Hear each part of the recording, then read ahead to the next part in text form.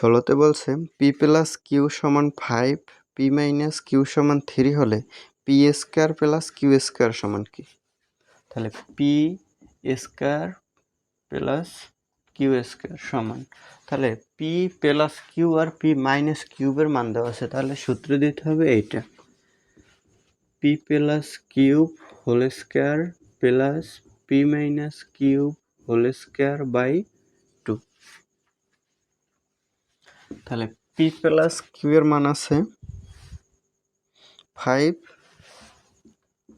Whole square plus 3 square by 2।